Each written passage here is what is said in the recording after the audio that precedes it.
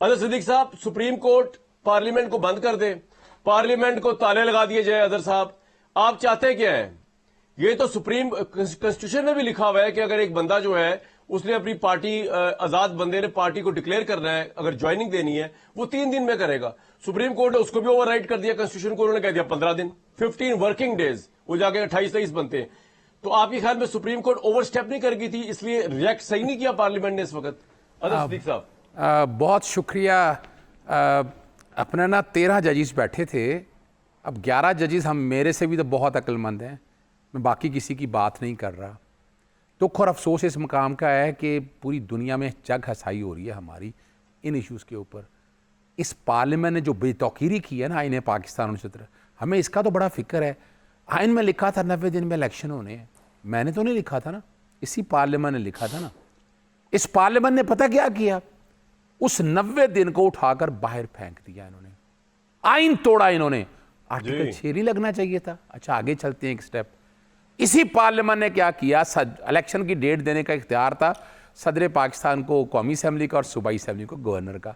इन्होंने सेक्शन 57 में तरमीम की, वो चैलेंज किया हुआ मैंने, और बाकायदा नोटिस हो गए हुए हैं। इसी पार्लियामेंट में जो अभी आप जिक्र कर रहे हैं कि नवाज शरीफ और 2 वज़ीर आज़म, सर बड़ी माजरत के साथ 18वीं तरमीम के ज़रिए 62(1)(f मैंने और आपने नहीं डाला, 62 और 63 मेरा और आपका काम नहीं है। 18वीं तरमीम के बाद डाला कि एक बंदा तौहीन अदालत करेगा ना, सज़ा 1 सेकंड की भी हो गई है, वो मैं यानी इमरान खान को तोशा खाने में डिस्क्वालीफाई क्यों किया? भाई वही प्रोविजन को सामने रख के किया ना आपने, क्यों किया डिस्क्वालीफाई? एक बड़ी सीरियस सी बात है। वो 21 सितंबर 2022 का फैसला पढ़ लें, वो चूँकि पढ़ते ही हैं ना सारे। अब इससे आगे चलते हैं हम, जरा एक स्टेप आगे चलते हैं। वो ताहियात नाहली का 62(1)(f था, वो क्वालिफिकेशन स्टैंडर्ड थे, 232 में तरमीम की इन्होंने और 5 साल रिस्ट्रिक्ट कर दिया। हमारी सुप्रीम कोर्ट ने ये नहीं कहा। पॉइंट ये है कि अब पार्लियामेंट ने अपनी विल दे दी है, अब पार्लियामेंट सुपीरियर है कि आपके नजदीक सुप्रीम कोर्ट सुपीरियर है? सर मेरी बात सुने आप, अपना ना पूरी दुनिया के कवानीन पढ़ लेते हैं। ये जो अमेंडमेंट आई है ना सर, पूरी दुनिया, अभी कोई अमेंडमेंट नहीं आई है, अभी तो सिर्फ एक कमेटी ने पास किया है। पहले मैं आपके सामने रखता हूं, पूरी दुनिया के कवानीन पढ़ लें। एक ग्रैंड नॉर्म है, एक basic structure of the sir हो ही जाएगी ना फ्राइडे को। नहीं सर, सुन तो लेना, basic structure of the constitution पढ़ लेना। आप फंडामेंटल राइट्स के खिलाफ केस नहीं बन सकते, ट्राइकॉटमी ऑफ पावर्स के खिलाफ केस नहीं बनते। आइन में लिखा हुआ है, अब आइन में लिखा हुआ है, यानी आर्टिकल बड़े क्लियर है ना जी, अपना 106 क्लियर है, 51 क्लियर है कि हिस्सा बा मुताबिक जुस्सा मिलना है जो पार्टी का। अब वो जो बातें जो मर्जी कर, जितनी प्रोविजंस ऐड करने लगे हैं ना, ये पार्लियामेंट की बेतौकीरी कर रहे हैं। भाई क्या है, सुप्रीम कोर्ट ने फैसला दिया ना, सुप्रीम कोर्ट ने आइन की तशरीह की, और जो हमें बता रहे हैं ना री राइटिंग ऑफ द कॉन्स्टिट्यूशन, री राइटिंग ऑफ द कॉन्स्टिट्यूशन, क्या हम भूल गए हैं? जब पंजाब असम्बली में हलफ देना लिखा हुआ था सदर पाकिस्तान का या गवर्नर का, लाहौर हाई कोर्ट ने कह दिया जाके चीफ से अपना स्पीकर ले, तो वो री राइटिंग ऑफ द कॉन्स्टिट्यूशन नहीं था। नहीं खुदारा नहीं। अच्छा, आप मुझे एक बात बताएं, अब जब ये कानून बन जाएगा तो मेरी बात सुने, अब ये एक बात बताएं, अदर साहब एक बात बताएं, अब ये कानून अगर जब बन जाएगा, जो कि बन जाएगा, ऑब्वियसली आपकी भी मेजोरिटी तो नहीं है वहां पे, जब ये कानून लेट्स सपोज जब बन जाएगा, फिर आप क्या करेंगे? आपकी स्पेशल सीट्स तो गई, कौंसिल वाला मामला भी गया, आपका पीटीआई को एक्नॉलेज करने वाला मामला भी, आप करेंगे क्या? सर देखिए, बड़ी साफ सी बात है, जजमेंट को नलीफाई करने के लिए समरेज केस बड़ा वाज़ेह है। ये जो जितनी ये तरमीम है ना, ये खुद इफेक्टिव है ना, डायरेक्ट।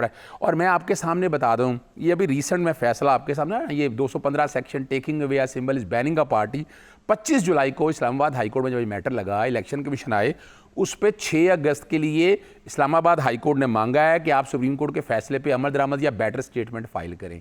अब आधा फैसला अमल दरामद हो गया ना जी, अब आधा फैसला कैसे आप रोक सकते हैं? नंबर 1। नंबर 2, जरा बड़ी बातें करती हैं ना, क्या हुआ था कि सारे लोग आज़ाद लड़े थे, पाकिस्तान तहरीक इंसाफ के कैंडिडेट बाकायदा नॉमिनेट किए, वेबसाइट पे नॉमिनेशन पेपर दाखिल किए, डेक्लेरेशन दी, पार्टी सर्टिफिकेट। अभी एक बड़ा रेफरेंस 486। आपका पॉइंट आ गया, आपका पॉइंट सर मेरा पॉइंट नहीं खत्म हुआ ना, मेरा पॉइंट सिर्फ जानना चाह रहा हूं, करेंगे क्या आगे? सर मैं करेंगे, मैं आपके सामने पहले बता दूं कि पहली तो बात बड़ी वाज़ेह है, पाकिस्तान तहरीक इंसाफ इलेक्शन कमीशन का कोई इख्तियार नहीं था कि प्राइवेट डिक्लेयर करती, पहले तो ये तय कर लें इस बात को।